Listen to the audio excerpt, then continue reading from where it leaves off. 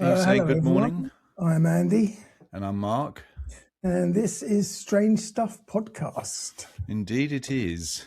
And Strange that we're still here. We've got a lot to talk about today. What's going on in the news, you mean? Yeah, I mean, let's get Trump out of the way quickly. Now he's going back into Iran because that worked out well last time. It's all, you've got to try and work out whether he's willing to go to such extreme lengths simply as a distraction from what's going on at home, or, well, that's it really. Or he's just lost his fucking mind completely. I mean, he's firing shots left, right and centre. I know. It seems like he's trying to start a war with every country on the fucking planet. I know. And the thing is, I mean, even Keir Starmer reached out to the Ayatollah Khomeini and offered him political asylum. But Khomeini said he'd rather go to a country that had more basic freedoms. You idiot. No, it's sort of, it's getting a bit beyond belief because, he's literally surrounded by people that are willing, but they just don't care what they say. It doesn't matter anymore whether they're making any sense, or it's just that they say whatever the words they want to come out of their mouth. It just doesn't matter. Well, I mean, it just keeps them in a job, doesn't it? If they're busy, that's basically what it boils down to. That Kristi Noem, is that her name? I don't know. Homeland Security woman. She's being doll.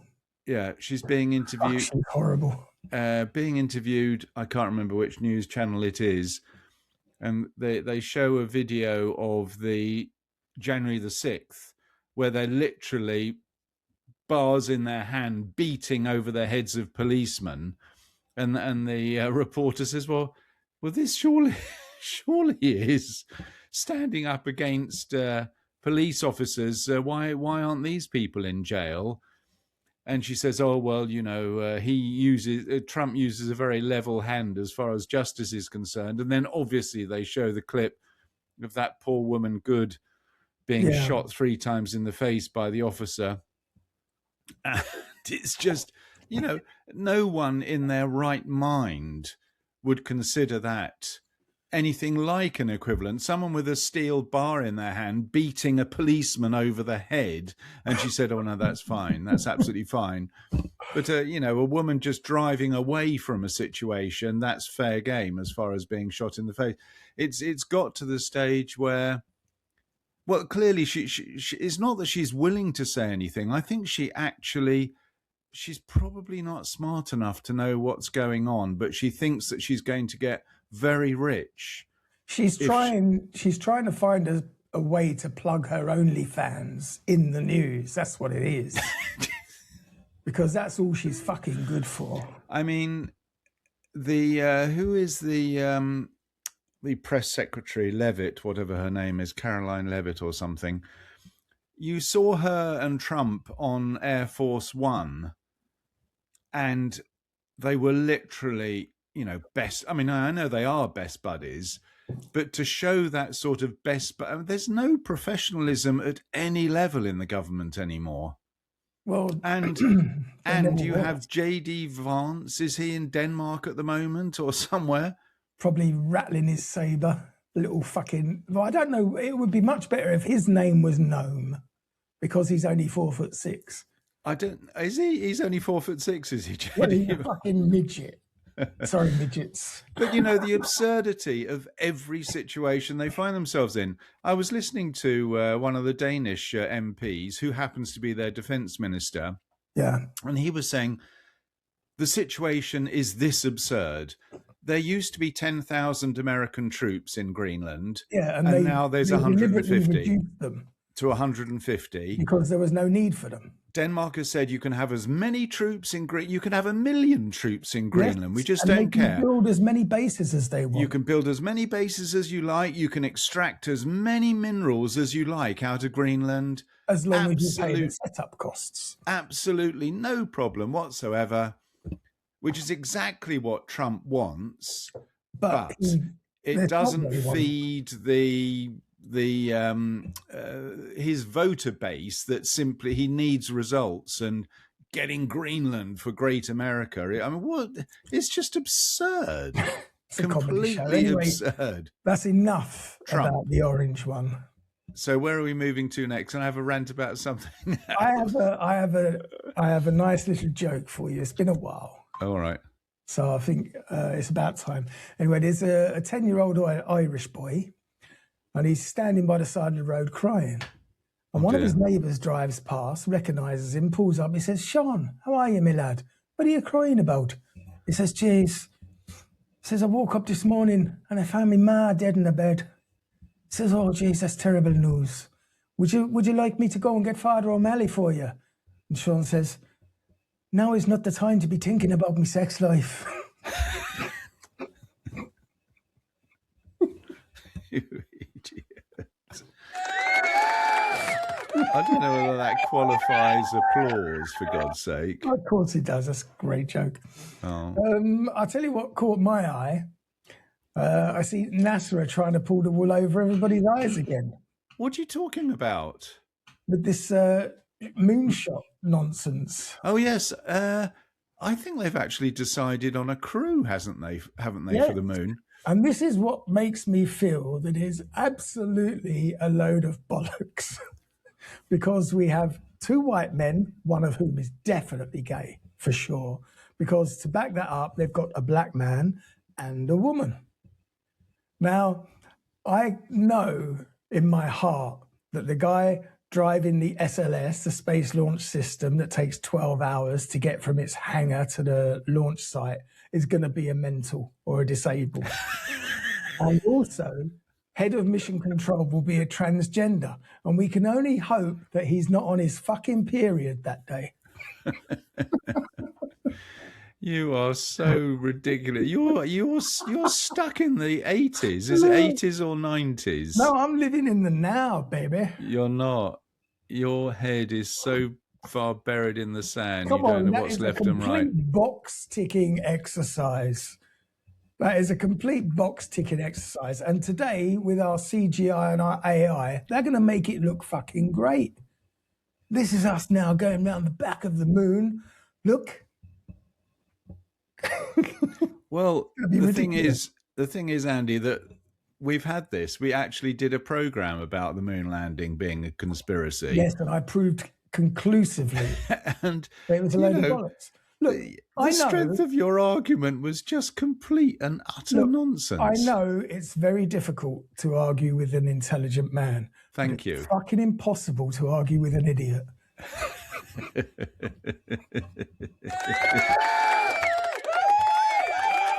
I'm on fire today.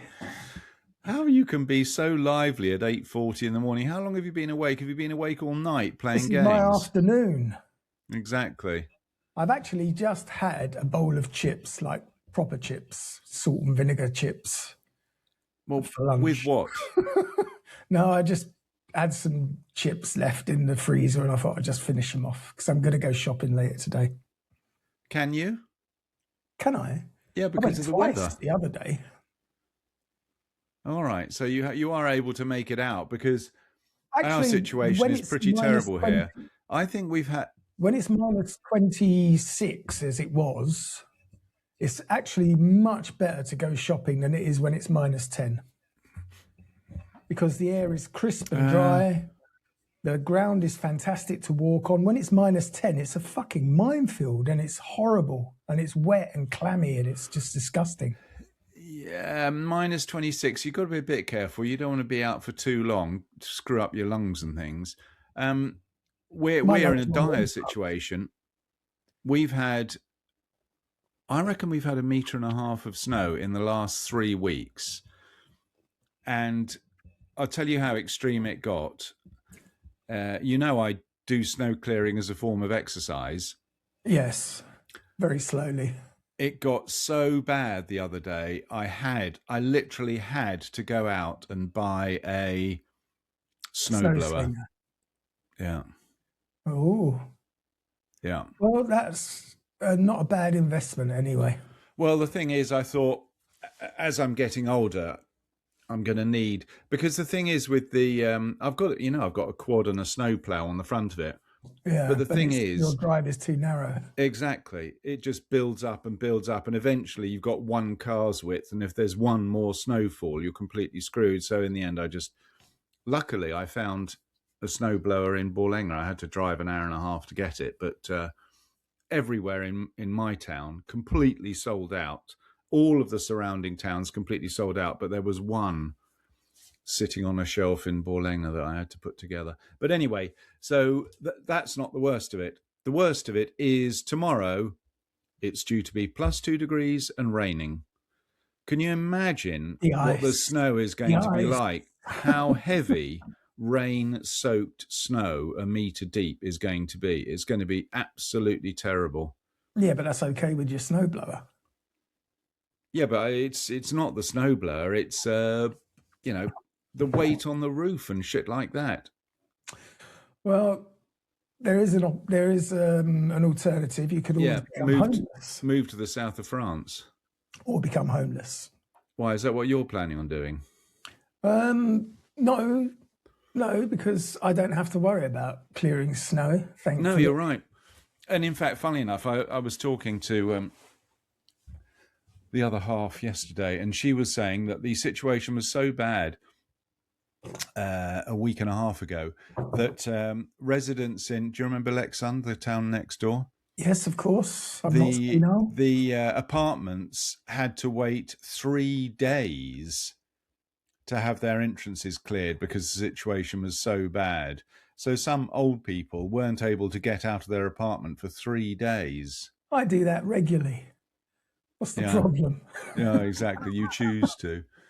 So no, the weather is not great. I mean, it really is. And it's exhausting. My shoulders, even with this bloody snowblower, absolutely shot. Well, I went to the shops the other day and did my shopping, and I got home, put my shopping away, sat down, had a cup of tea, a little bit of a fika, and then my phone pinged. I had a package waiting at the shop. Yeah. Exactly the same thing happened to me the other day. I've bought some, my little grandson, they found a baby quad bike. He can't use it until he's 3, but he's only 8 months old, but we bought it anyway. And I ordered 2 sets of spares from 2 different companies. I went to pick up one. I literally walked through the door. Bing! You have a package to pick up. Yep. I had, you should have spoken to me about that, because I know that Orsa had one of those for her son, Zach, many years ago, and she's probably still got it. Oh, we'll have to ask her. Or you can ask her. No, I don't. I haven't spoken to her probably since. You've probably spoken to her more recently than I have. Well, I see her in the at work. Well, there you go then. Oh, how was your visit, by the way, from Hannah? That happens tomorrow. Oh, does it? All right. Yeah, we're booked into the wood, don't you know? Ah, you're staying in town, are you? For the first night, anyway. Yeah. Yeah. It's easier because she can get the bus direct from the airport, and I can get the bus direct from here, and we can meet in town. And then you'll get to arrange a lift. Robin to pick her up, but her plane arrives while he's still at work, unfortunately. All right. So, but it's not a big deal. It's a 20-minute bus ride from the airport, and it's a 25-minute bus ride from here, so we can meet in town at the hotel. So who gets the sofa, you or Hannah? There's no sofa involved. You don't have a spare bed, do you? Oh, well, you mean here? Well, I'll be on the sofa, obviously, because I'll be on the fucking computer most of the time. Oh, of course. It'd be lovely if she was asleep on the sofa, and at 3:15 a.m. I come in and start beep, beep, beep, beep, beep, beep. Yeah. You're all right sleeping on sofas, aren't you? Well, yeah, because I'm a normal human being. No. What do you mean? I don't think normal people choose to sleep on a sofa. They do it out of necessity. Have you never slept on your chaise lounge? No. Well, there you go. I mean, I don't sleep on sofas. Because if you do fall asleep outside of your bedroom area, of course, Nanny picks you up, carries you through and tucks me into bed. Oh, dear. That was a nice little story. Yeah, but anyway, all my house guests have gone, so I've got the house to myself, which is a bit of a luxury. God, we're almost at the end of January. I mean, actually, we're not. We're right in the middle of January, 15 being half of 30. The Ides of January. There's no such thing. Oh, there is. The Ides is the middle of. That's why the Ides of March happens to be the 15th of March. Is that when Caesar got done? Yep. Beware the Ides of March. Ides of March. Is that in reality, or is that in a Shakespeare play? That's in reality. That's in reality, is it? Yeah. I didn't know that. It must be great knowing someone like me. What do you do? Who needs Google? No, it should be just Ask Andy. Yeah. You could have your own Google search engine, Andy. Ask Andy. That's a good one, actually. Andy. You should start that. Ask Andy. I would imagine that it's probably already out there. Do you think? Yep. You think there's already a website, Ask 100%. Andy? 100%. Yes. Yeah, you might be right. No, but other than the weather, which has literally been dominating my life for the last week and a half, sorting out the snow situation, there's not too much to report, not surprisingly, other than the madness that's going on in the world, which we've already covered. Well, you remember a couple of episodes ago, and I told you about... I probably don't. Well, I will remind you, but I told you about Robin spending Christmas Eve in his caravan. I know, with his parents. Driveway in the hurricane-style winds that we How did that work out? Well, that worked out fine, because apparently, because he uses the power from the Tesla to power the caravan, which you can do with an aftermarket part. Yes. Basically powers the caravan. He said it was a steady 21 degrees inside. All right. So what, he bought an electric heater for the caravan? I guess. No, it's a connector. It's a connector. No, I realise that, yeah, but he has to have some sort of heating. But there is obviously some kind of heating inside the caravan. Yep. I'm not entirely sure of how it works. All of it. Of course. But you asked me if his girlfriend had spent the night with him, and I told you she was far too sensible for that. Yeah. Well, we may have to revisit that. Oh, really? She did spend the night, did she? Because apparently, over New Year, they spent 3 nights in the caravan together. And I don't know if you remember, but New Year is when the snow came. Yeah, you're right. It was actually. That was the half-meter night we had. Yeah. So I'm sorry, but Shanti, you are not as sensible as I thought you were. Did I tell you the story? Hang on, it doesn't finish there. Oh, right. It gets worse. It gets better. It gets much worse. Apparently, because she didn't spend Christmas with Robin because she was at her mum's. Yes. But I think it was on the way from her mum's or on the way to her mum's, she had a close encounter. With an elk? No. With a UFO. What sort of flying object was it? A snowball? Now, I've asked her to record her experience and send it to me. She won't come on the show and be interviewed because she doesn't like speaking English. So I've asked her to record it in Swedish, and I can translate it and put subtitles up. Yes. And I'm waiting for that. I was hoping it was going to be here in time for this episode, but she hasn't come forth so far. But maybe next week we'll have the story of Shanti and the UFO. Well, that's going to be a bit of a classic, what we're here isn't for. it? This exactly. is what we're here for. What are the chances that people in our circle of friends would actually have a UFO experience? Pretty large, because, I mean, there's a lot out there. Of UFOs, you mean, or our friends? No. UFOs mostly. But anyway, that's something to look forward to.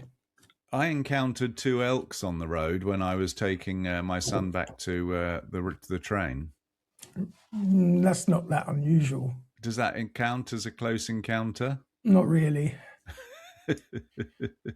Shall I tell you my caravan story? Oh, okay. I've never slept in a caravan in my life, but I had That's a girlfriend. Not much of a story. No, I had a girlfriend in the early days who had a family member who lived in a very, very old house. Oh, you have told us this story. That was because haunted. They were scared to live in the house. They were scared to stay in the house. So they stayed in their caravan in the drive, and me and the girlfriend were able to have free run of sharing. And you didn't have any paranormal experiences? No, the only para activity that I experienced is I went into the wardrobe. I went into the bathroom, and there was literally a bat in the towel. That's a fucking sign. Of what? That is a get out. Yeah, well, that's what I thought. Can you imagine? You pull the bloody towel off the handrail and there's a bat inside it. Well, that is someone telling you to get the fuck out of the house. I didn't. I survived. Wow. I survived. So, all right. So have you got a subject, or are we just going to blunder on? I have got a subject. I have. And what is it? Just arranging my screens. You normally try and do a nice segue into the actual subject matter, but you've given up with that idea, have you? Well, I'm not going to bother this week because the subject matter last week was a little bit serious, and I think we've done a couple of quite serious topics the last few episodes. So remind me, what did we do last week? What did we do? The Elephant Man.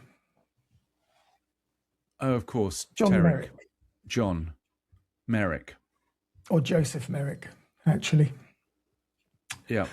But anyway, I thought we'd do something a little bit more lighthearted this week. UFOs. Oh, no, we're saving that for next week. We're going to talk about religion. Oh, dear. But some of the more comical religions, or in particular, one particular religion. That's a bit disrespectful. Well, let's face it, they're all a bit of a joke, but some are funnier than others. I was going to say, I mean, what could be more ridiculous than the mainstream religions? You got virgin births going on in Christianity, you got raising from the dead, you got flying horses in Islam. I don't know what the Jews have got. They've got some pretty incredible stories. Well, today we're going to do a bit of a deep dive into one of the most important religious movements of the 21st century. And it's a religion that's got no miracles. Zoroastrianism. It's got no prophets. Scientology, obviously. One guy. There's no original sin. Hubble. And it's a god is made entirely of carbohydrates. Today, we are going to talk about not Scientology. Pastafarianism. The Church of the Flying Sorry, is that, Monster. have you got a speech impediment, or is that what it's Hathpasperi? What? Pastafarianism. Pastafarianism. Pastafarianism. Yeah, as in the Church of the Flying Spaghetti Monster. Where do you? How many followers? It's got 3 followers. It's not really a religion. I want to be very clear up front. This is not a joke religion. It is a legally recognized faith in many countries. It has official doctrine, holy days, moral teachings, court victories, and ongoing theological debates that are somehow about pirates. I know what it is. It's a movement of people to establish the absurdity of Western religion or religions. Oh, I bet you're fun at a party. Fucking hell. So I've spoilt it. Have I done it? Have I covered all the ground? No, you haven't. This is what happens, though, when satire accidentally becomes theology. So every religion begins with a revelation. Moses had his burning bush. Muhammad had the angel Gabriel. Joseph Smith had golden pirates. Pastafarianism had a school board meeting in Kansas. In 2005, the Kansas State Board of Education was debating whether or not to include intelligent design alongside evolution in science classes. Intelligent design, for those who are unfamiliar, is the belief that life is way too complex to have evolved naturally and therefore must have been designed by something. Not So if it was necessarily God, you understand, just someone with a clipboard. Hang on a second. I thought it being Kansas, I assume that is creationists. You can't say that a state has only creationists or only Darwinian evolutionists. No, but I mean, you know, it's America, for God's sake. They want to put the 10 Commandments into every classroom. Well, they've opened up for debate in Kansas, obviously, in 2005.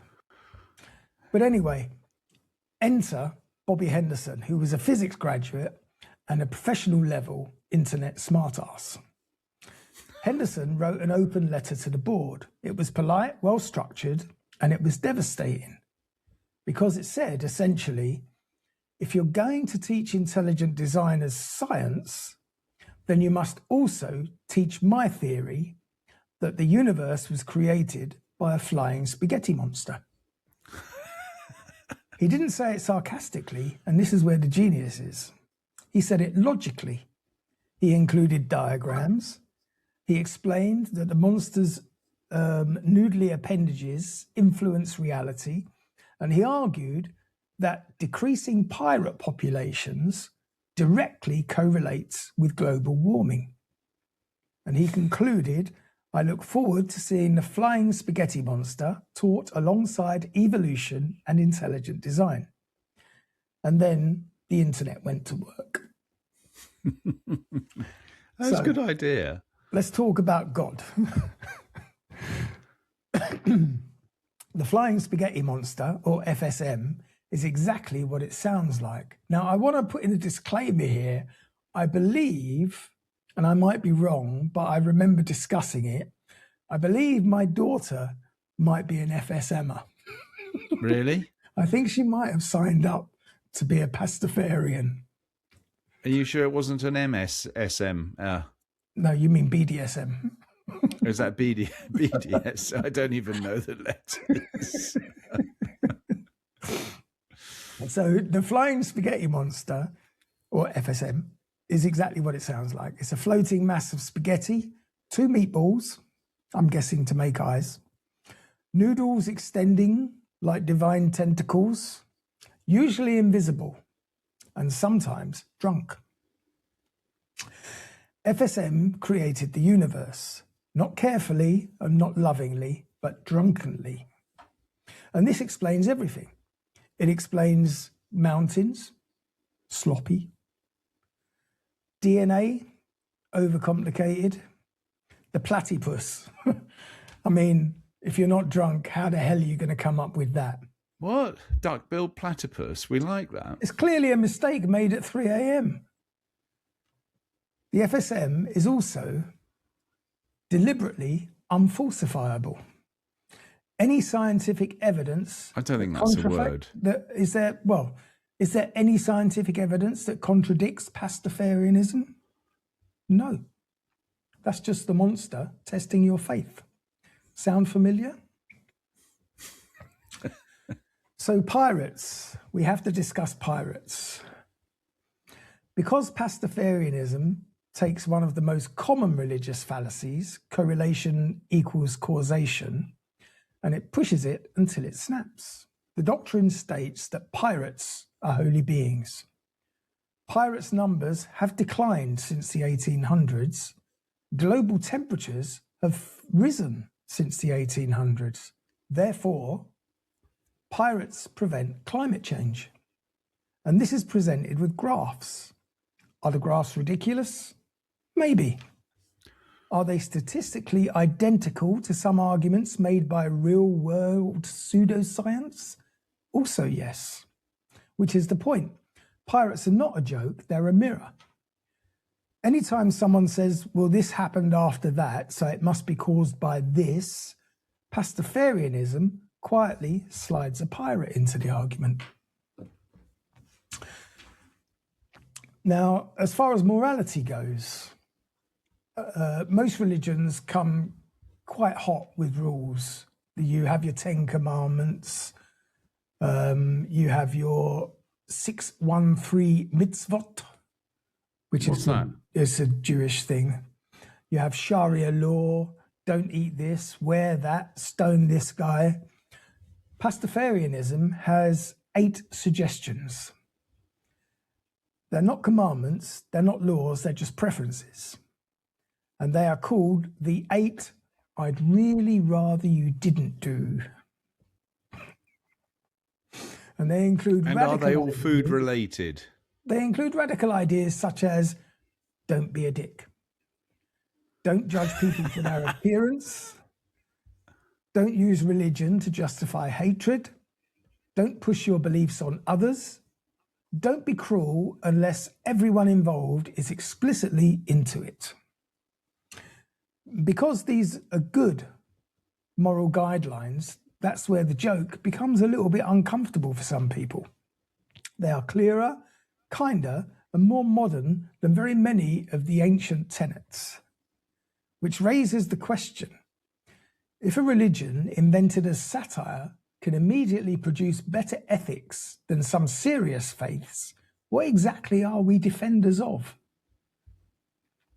Indeed. Now, the afterlife. Oh, what? They even cover the afterlife? It's a religion. You've got to be fully covered. Third-party fire and theft will not do it. Hang on, just a quick question. Is there a religion where they don't talk about an afterlife?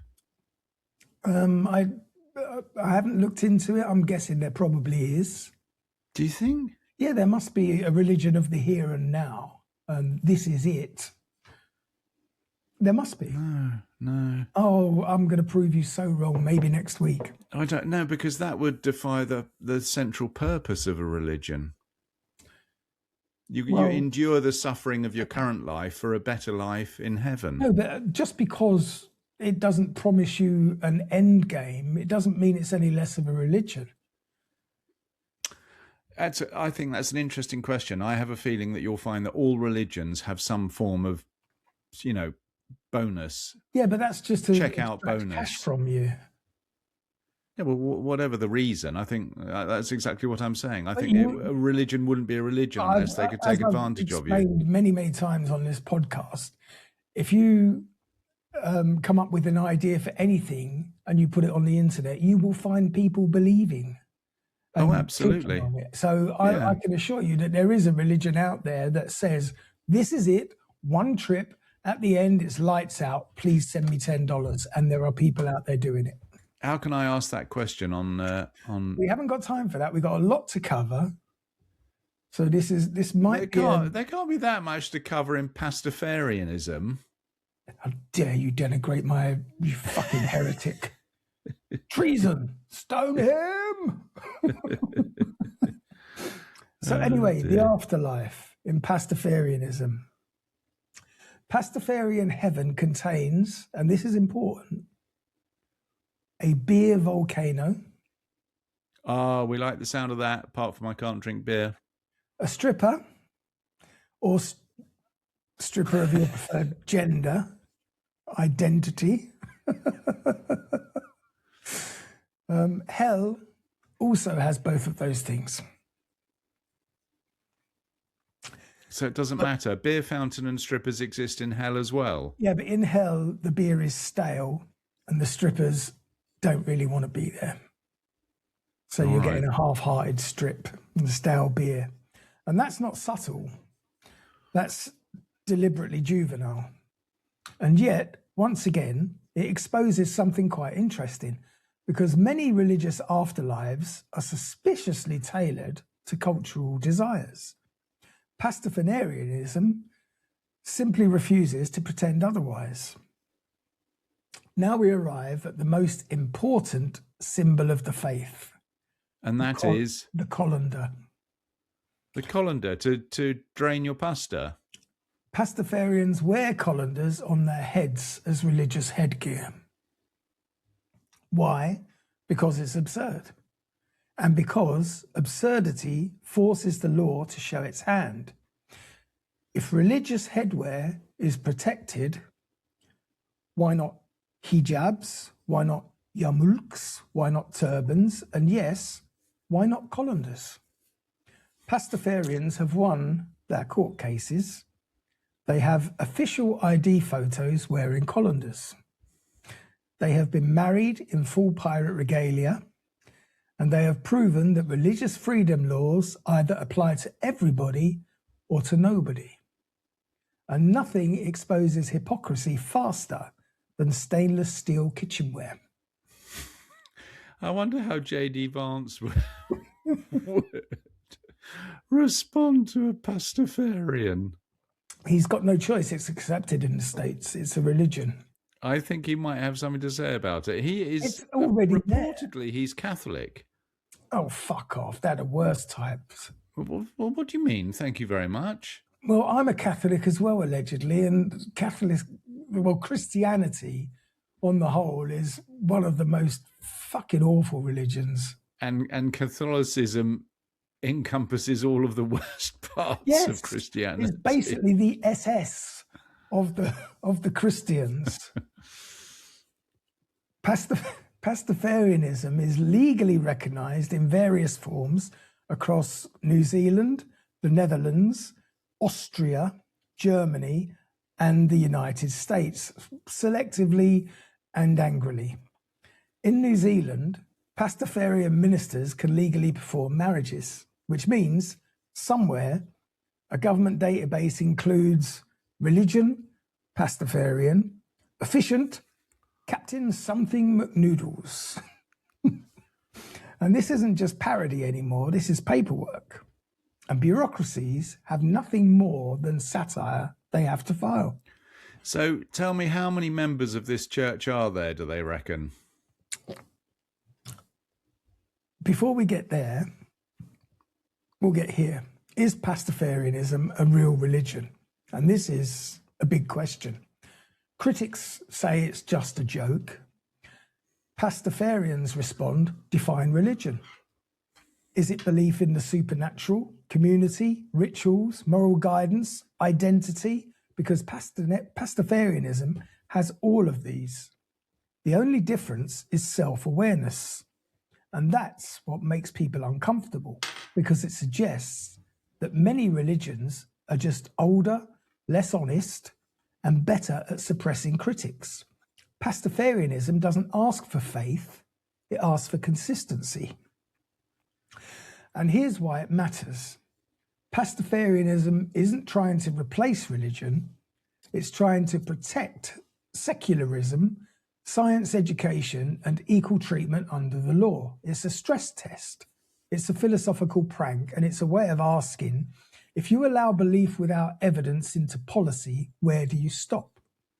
And instead of asking politely, it shows up dressed as a pirate. So, who was the name of this physics student who came up with the idea? Oh, you really want me to scroll all the way to the top? So there was, and is he the leader of the church? Yes. Right. He is the prophet. Pastafarianism works because it understands something crucial. Humans are storytelling animals. Authority loves tradition and power hates ridicule. And sometimes the most effective way to defend reason is to invent a god made of spaghetti and dare the world to tell you why that's any worse than any of the other gods. May you be touched by his noodly appendage, ramen.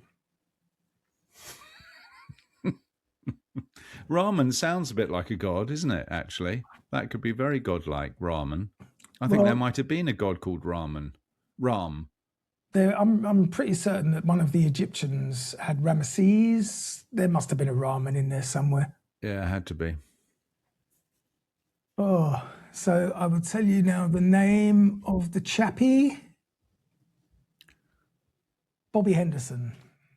Bobby Henderson. I'm going to write that down just in case I want to become one of his followers. Oh. And that is basically the outline of the religion of Pastafarianism. That is not the only one I want to talk about. I was going to do a segment with sort of 6 or 7 of these religious cults, whatever you want to call them, but I decided I'd do a bit of a deep dive on Pastafarianism and see how much time we had left, and then tell you a couple of short it's ones. certainly not a cult. I don't see why it isn't. It's one guy leading everybody else along his path of belief. No, but isn't the word cult implies nefarious undertones? No, the word cult is used for nefarious religious groups or groups that the government would have you think are. Is there such a thing as a positive cult? Well, the cult of Christianity. It's a cult. No. Yeah, it is. It's very much the difference between cult and religion is perception. That's all. No, I was thinking it does Pastafarianism a bad service by calling it a cult.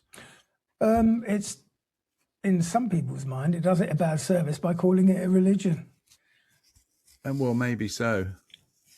As I say, it's perspective, isn't it? Oh. And as I say, I believe my daughter might be a Pastafarian, so I don't want to offend her. Well, I don't think you can offend someone by calling them a Pastafarian. If they're not a Pastafarian, they might get offended. No, but I mean, it's the whole basis of it is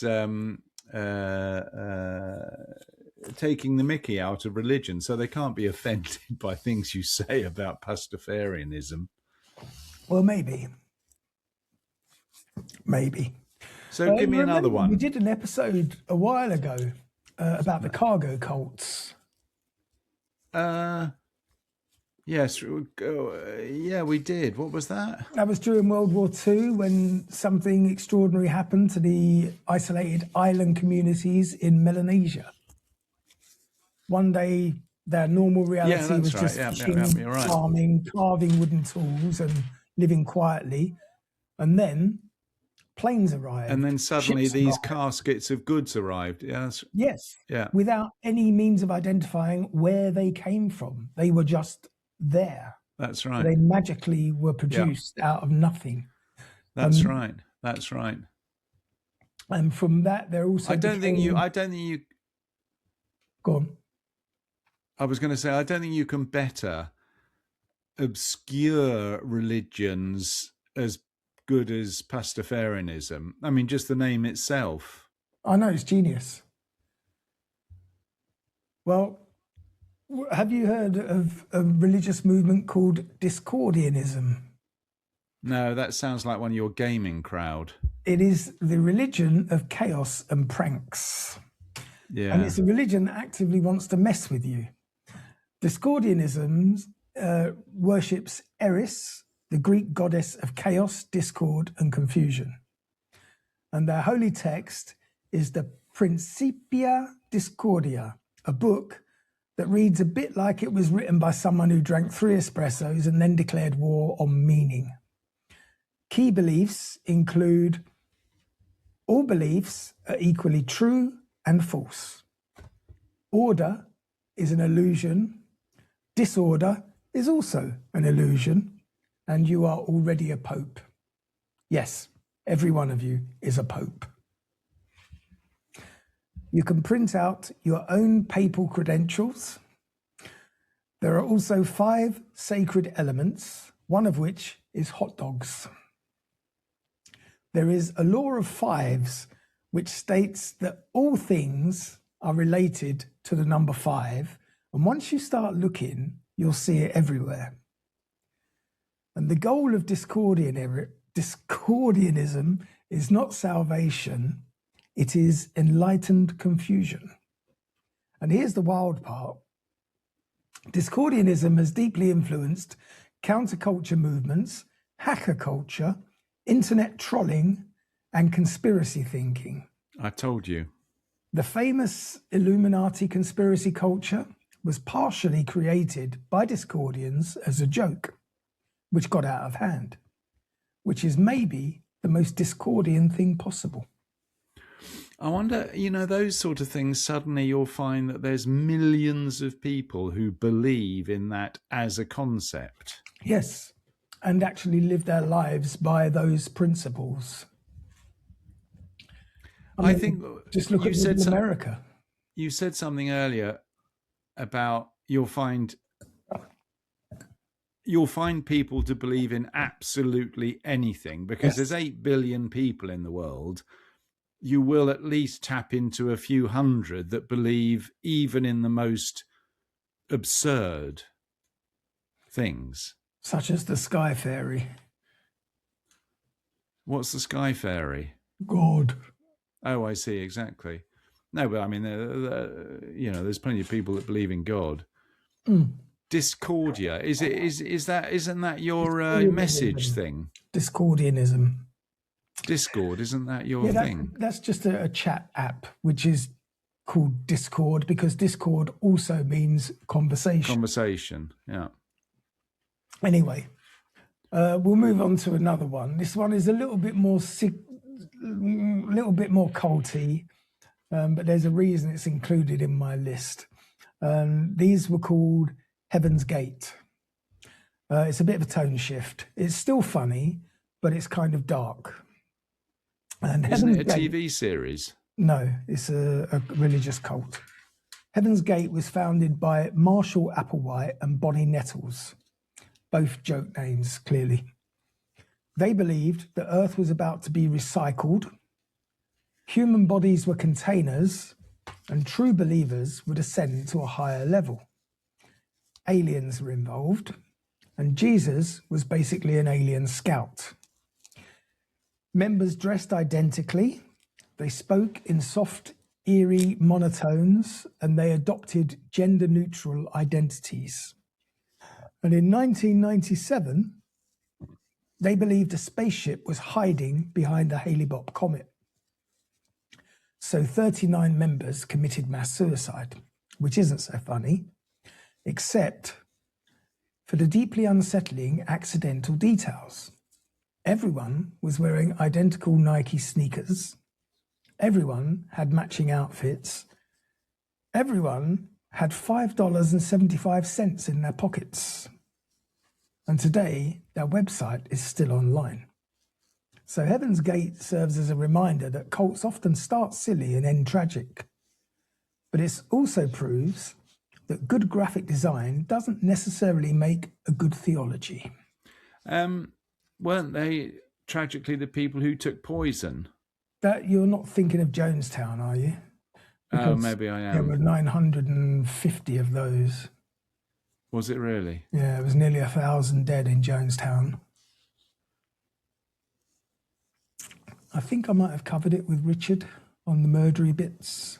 We did a really interesting one yesterday, actually, about, and I said I was going to talk to you about it because you may have been a potential victim.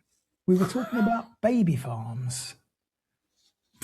Why would I have been a potential victim of a baby farm? Well, it's not what you think it is. In the Victorian England, and also in New Zealand and Australia and Japan and various other countries, it was very common for women to have a child and immediately place it in a baby farm where it would be wet nursed and raised until it was a certain age and then returned to the family, because the families, for some reason, didn't want to deal with the babies. It's a bit like the boarding school rhetoric of today. And it was big business. And I said, I must ask you if you were ever baby farmed. What, in the Victorian times? Well, yeah, I mean, you would have been the right age. But it turns out, of course, that these baby farms weren't always a good thing. There was one woman in London who was suspected to have murdered up to 400 babies just to collect the money for the baby farming without actually spending any on the farming. This happened in London, did you say? This, I believe, well, it happened all over England because this woman moved around a lot. But she, I mean, it was a horrible story. It was one that was new to me, worth listening to. So if you want to hear that, you'll have to head over to patreon.com, Strange Stuff Podcast, and have a listen to the gory details. Quite a disturbing story. Yeah. But anyway, that's enough of the advert. We'll move on to the Raelians, which involves, it was founded by a chap called Claude Vorillon, a former race car driver. You might know him. In the 1970s, he claimed that aliens had contacted him. These aliens, called the Elohim, created humanity through genetic engineering. They look like humans, they like science, they hate superstition, and what they really want is for us to build them an embassy. Now, Raelians believe that all major religious figures were alien messengers. Humanity was created in a lab. Cloning can lead to immortality, which is debatable. I think there's a possibility there. Sexual freedom is good. I'm with that. And meditation is cool. They also really like press releases. They've been involved in claiming to clone humans. What? Press releases. Yeah, but they like publicity. I mean, they're influencers. Raelians, did you say? Raelians, yeah. They've been involved in claiming to clone humans, supporting free love, and advocating for science education. They're also basically New Age UFO Scientologists, but with fewer lawsuits and more casual vibes. And their biggest crime is being extremely earnest about something extremely weird. Which is? Just their whole existence, really. We can't really do this without talking about Scientology. Hubble. Now, Scientology is dangerous, it's powerful, and it's not funny in practice, but its origin story is unhinged. Founded by L. Ron Hubbard, a science fiction writer who allegedly once said, if you want to get rich, start a religion. Their core beliefs include that humans are immortal beings called thetans. Trauma is stored in your body, and you can remove trauma through auditing. The galactic warlord Xenu froze people near volcanoes and dropped hydrogen bombs on them. And this is taught only at high levels for money, lots of money. Scientology has ships, celebrities, sea uniforms, e-meters, and a legal department that could conquer a small nation. It's funny until it's terrifying, which is sort of the Scientology brand. And we know there's some very famous Scientologists. We have our Tom Boozes, John Travolta, many other Hollywood celebrities. But what is the draw? What is the draw of the absurdity of something like that? Well, why do people believe in complete bollocks? Do you remember when we were young, if you walked up and down Tottenham Court Road, the Scientologists actually had a base on Tottenham Court Road, and they were standing outside with clipboards. And if you walked past them, they would say, "Have you got 5 minutes to take a personality test?" No, I remember Harry Krishna on Oxford Street. I don't remember but they were Scientologists dancing on up and down, Court singing Road. and offering you a bowl of vegan soup or something. They were just dressed in orange sheets, just singing and dancing. It was, they were happy folk. Yeah. I might have to have a look into them at some point as well for an episode. But do you know what I mean? The Scientologists actively recruited with a hard sell. And what they've done is they've built up their network so that it's like an old boys network. They can offer you chances to get on, especially as for actors. It's not unusual for many unemployed actors in Hollywood, in LA, to actually join the Scientologists just because there's a chance they can get connections and get work in Hollywood. All right. Well, that's exactly what I was going to say. So basically, you tolerate the absurdity of what they call a religion for self-advancement through basically networking, is what you're saying. It's no different than sleeping with a producer. But that can't be true. Does that mean that, are there modest, sort of non-wealthy, poor members of the Scientology church? Yeah, but even if you're poor, you're still donating. They have an active tithe system. So is it sort of more like the Freemasons? No, absolutely nothing like the Freemasons. Well, no, but most people join the Freemasons for some sort of self-benefit, self-advancement. Yeah, but you don't sign over any of your personal wealth. You don't sign a billion-year contract to join the Freemasons. Whereas you do Actually, I'm sure you do contribute something. You do if you wish to. You're absolutely encouraged to contribute, but it's generally to good causes. It's not to the Freemasonry lodges themselves. Whereas the Church of Scientology, actually, you pay the church. Yes, they don't do good works. They're not known for their benefactor lifestyle. And you certainly wouldn't call them philanthropists. But why is Tom Cruise a member of the Church of Scientology created by us? He's like number 2. No, but why? Because he's their top earner.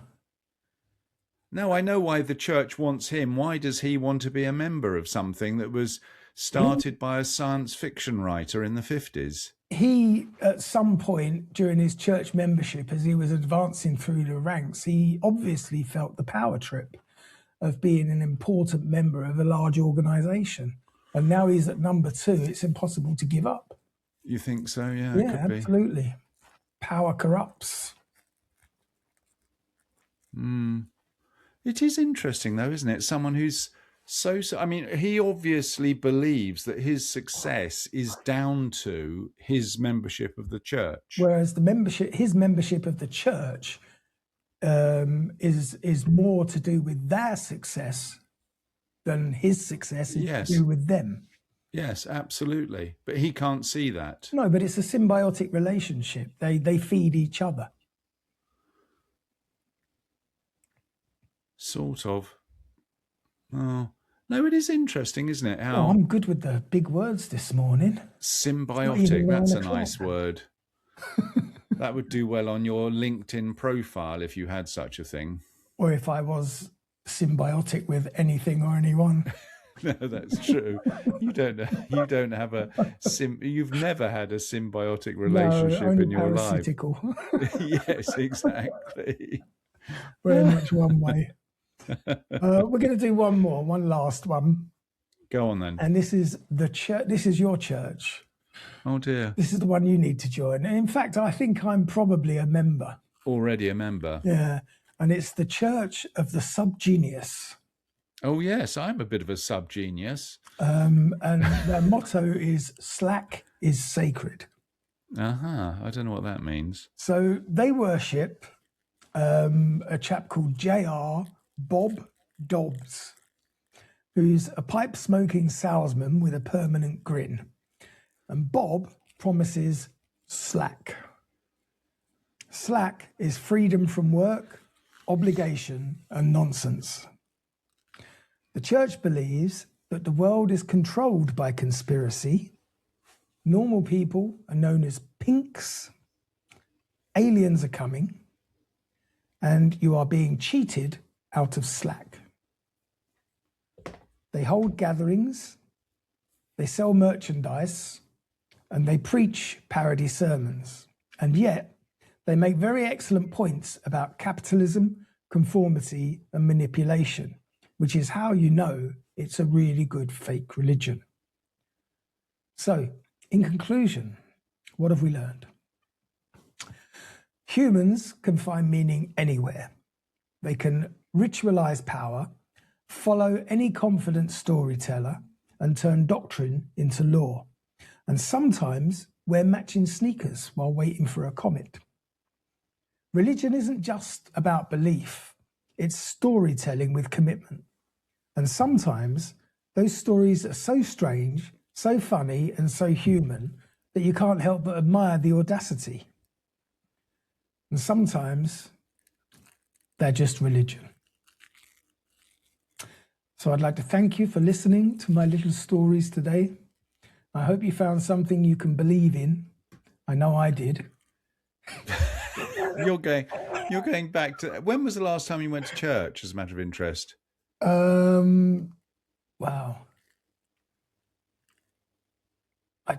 Other than a funeral and a wedding, obviously. I haven't been to a church in, well, since I was preteen, I guess. As soon as my mum stopped making us go on a Sunday, I never entered a church again.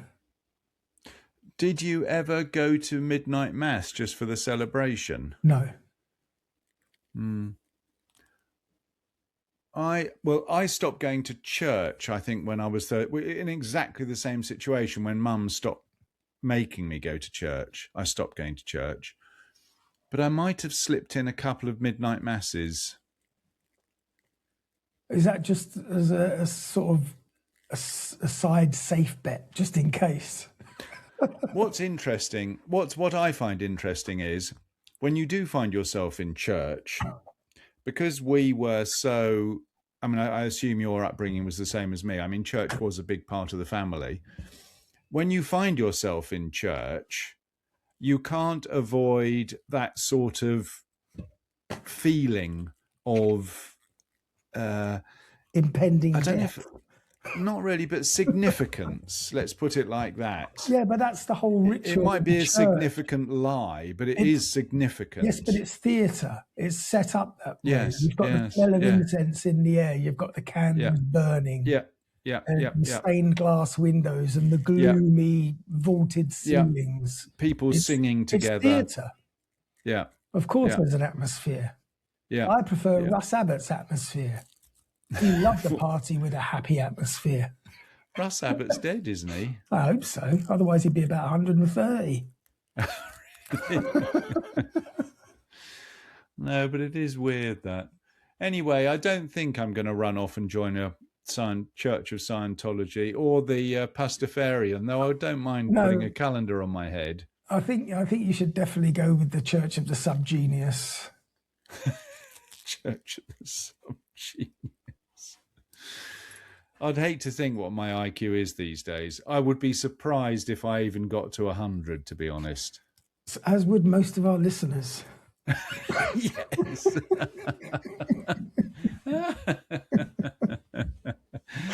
Oh, dear. If indeed we still have any at the end of this episode. Well, I hope you enjoyed that episode. Yep. It was fun to look into. And I think I might do a deeper dive into a couple of others at some point because, I mean, we've done Scientology, haven't we? I think we did do a Scientology episode at one point. Yeah. It's hard to remember now. I was going through the Patreon list yesterday. There's 90 episodes up there now. Well, I think we're at 220 or something, aren't we? 226 this will be, I think. Yeah. And I was actually wondering if you would be up for making a couple of extra episodes and releasing 2 a week. But the extra episodes, I was thinking we would put on our Patreon feed. Oh, I see. Well, we can try that.